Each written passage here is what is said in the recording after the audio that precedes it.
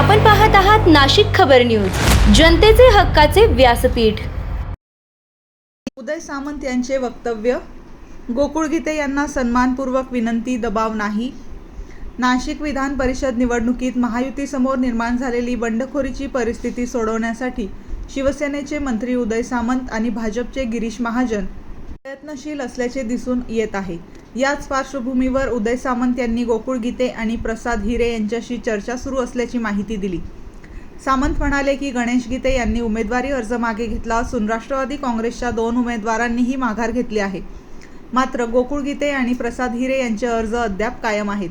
प्रसाद हिरे यांच्याशी 2 वेळा चर्चा झाली असून मंत्री दादा भुसे त्यांची भेट घेणार असल्याचे त्यांनी सांगितले। महायुतीचे अधिकृत उमेदवार नरेंद्र दराडे यांना दोन्ही उमेदवारांचे समर्थन मिळेल असा विश्वासही सामंत यांनी व्यक्त केला। गोकुळ गीते यांना विनंती करण्यात आली असून गिरीश महाजन स्वतः नाशिकमध्ये येऊन त्यांची भेट घेणार असल्याचे त्यांनी सांगितले। गोकुळ गीते यांनी मी भाजपमध्ये नाही आणि माघार घेणार नाही अशी भूमिका मांडल्याबाबत विचारले असता सामंत म्हणाले, मी त्यांच्या मताशी 100% सहमत आहे।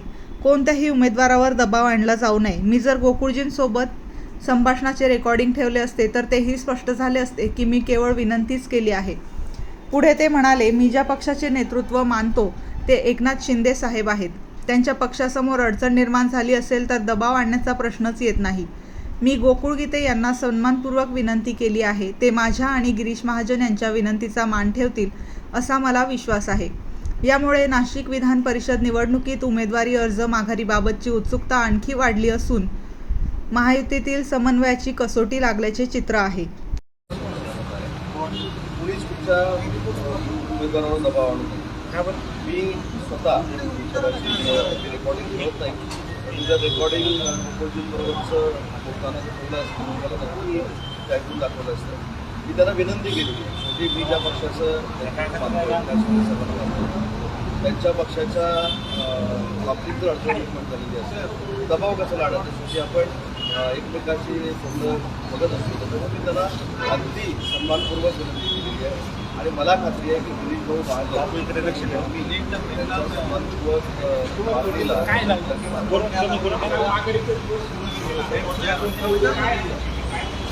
ठीक आहे ना, माघारीचा जरी भूल गेला असता। बघा, राजकारणामध्ये असतात, परंतु ते वेळेवर जर तुटले त्याचे परिणाम दूरगामी होत नाही। त्याच्यामुळे मला असं वाटतं की योग्य तो निर्णय होईल आणि महायुतीला पुढच्या काही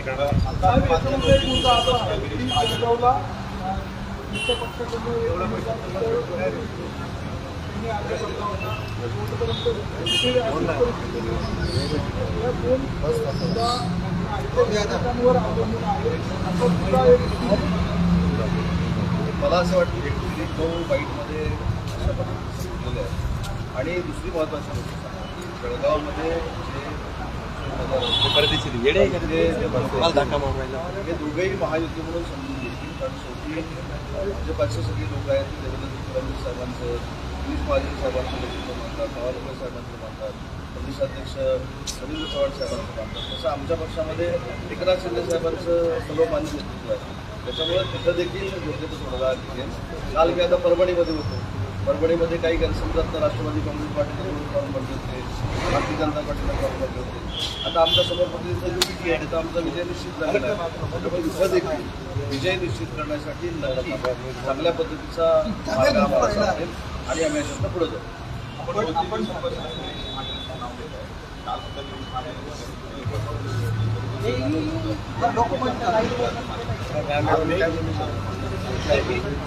काय सांगितलं, मी प्रचंड आशावादी, मी असं कोणी चॅलेंज केलेलंच नाही। मी आल्यामुळे कोणाला फॉर्म मागं आता घेतला जाईल कोणाचा प्रभाव आहे। शेवटी गिरीश भाऊ देखील विनंती करतायत, मी देखील विनंती करतो आणि गिरीश भाऊंचं वारंवार नाव का घेतलं तर आपल्या माध्यमातून आम्ही ऐकलेलं आहे की दोन्ही गणेश गीते किंवा दोन्ही गीते आहेत, त्यांनी स्पष्ट सांगितलं की आम्ही महाजन साहेबांचं ऐकतो आणि याच्यामध्ये असं सांगितलं आहे की ते गिरीश महाजन साहेबांचं खच्चीकरण करायचं नाही, तर त्यांना बोलून काही त्यांनी माझं खच्चीकरण त्यांना करायचं नाही। आम्ही महायुतीतले दोन्ही मंत्री आहोत आणि माझ्यापेक्षा तर गिरीश भाऊ सिनियर आहे। त्याच्यामुळे गिरीश भाऊचं वारंवार नाव कुठे राजकीय पद्धतीनं मी घेत नाही, तर याच्यातनं सुवर्णमध्ये निघावा आणि महायुतीचा उमेदवार फार मोठ्या प्रकारे निवडून यावा, त्यासाठी तुमच्या दोघांची बैठक होणार आहे। आता एक पाठिंबा द्यावा तुमच्या उमेदवाराला असा प्रयत्न पण आता असाच प्रयत्न असेल ना. आता तर फॉर्म काही मागे जाणार नाही. त्यांनी बिनशर्त पाठिंबा द्यावा आमच्या उमेदवाराला, अशीच आपली भूमिका असणार आहे. आणि त्याच्यामध्ये आम्हाला नक्की यश येईल हा विश्वास बघायला भाजपचे 2 उमेदवार आहेत.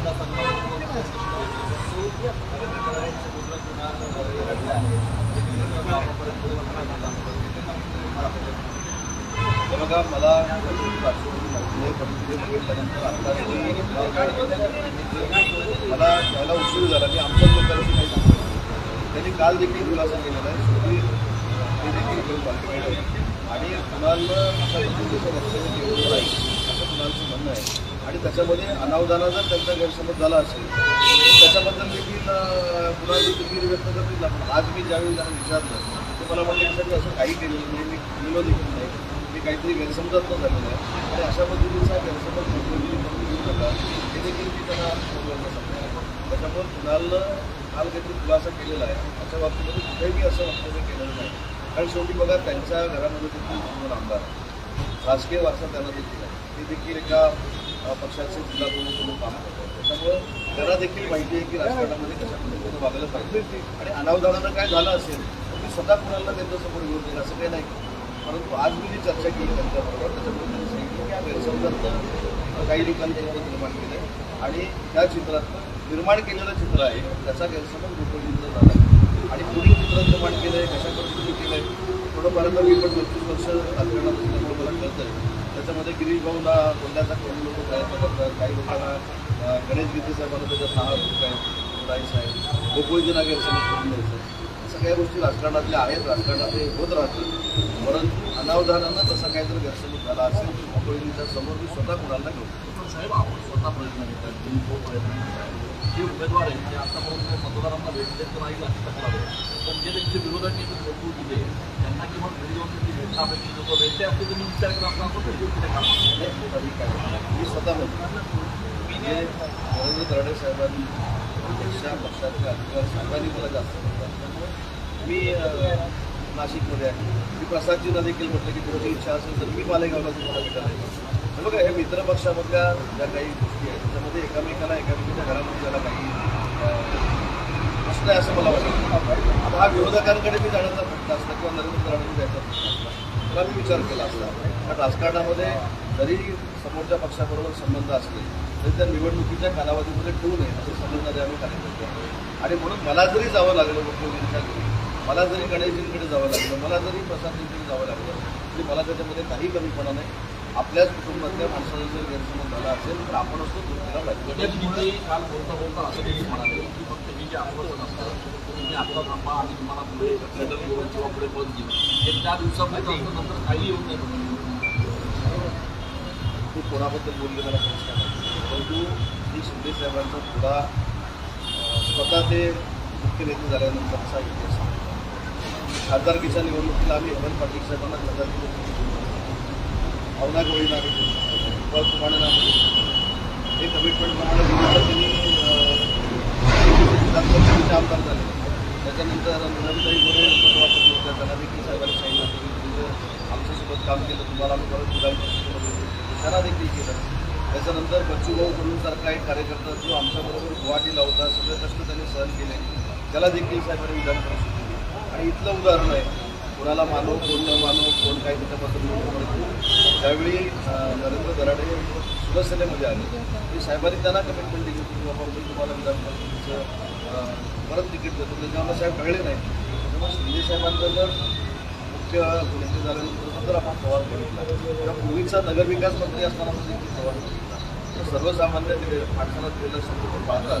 आणि त्या बाबतीत जर गोकुळजींची गणेशजींची तशी इच्छा असेल मी साहेबांबरोबर त्यांचं बोलणं करून देईल. गणेश गिद्दे साहेब स्वतः शिंदे साहेबांना परवा रात्री भेटलेले आहेत.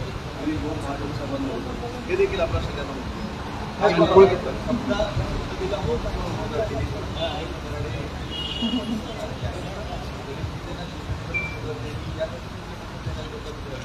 मला याच्यातली काही कल्पना नाही की बघा 17 ठिकाणी भाजपकडून जे उमेदवार दिलेले आहेत ते सगळेच काय पसंतीचे दिलेले असतात. आता आपण सातारा सांगलीचा जर विचार केला तर तिथं नाव वेगळं. दागिन्यांची आवड आणि विश्वासाची जोड म्हणजेच मंडलिक बंधू सराफ. आमच्याकडे तुम्हाला मिळेल शुद्ध सोन्याची हमी आणि मन मोहून टाकणाऱ्या नवनवीन आकर्षक डिझाईन्स. तुमच्या जुन्या सोन्याला मिळवा अगदी योग्य दर आणि आमच्या सोप्या हप्त्यांच्या सुवर्ण बचत योजनेचा आजच लाभ घ्या. आमची नम्र आणि विश्वासार्ह सेवा तुम्हाला नक्कीच आवडेल. अधिक मासाच्या पवित्र पर्वानिमित्त खास फॅन्सी जोडवी, पैंजण आणि तुमच्या लाडक्या जावयासाठी वाण आमच्याकडे उपलब्ध आहे.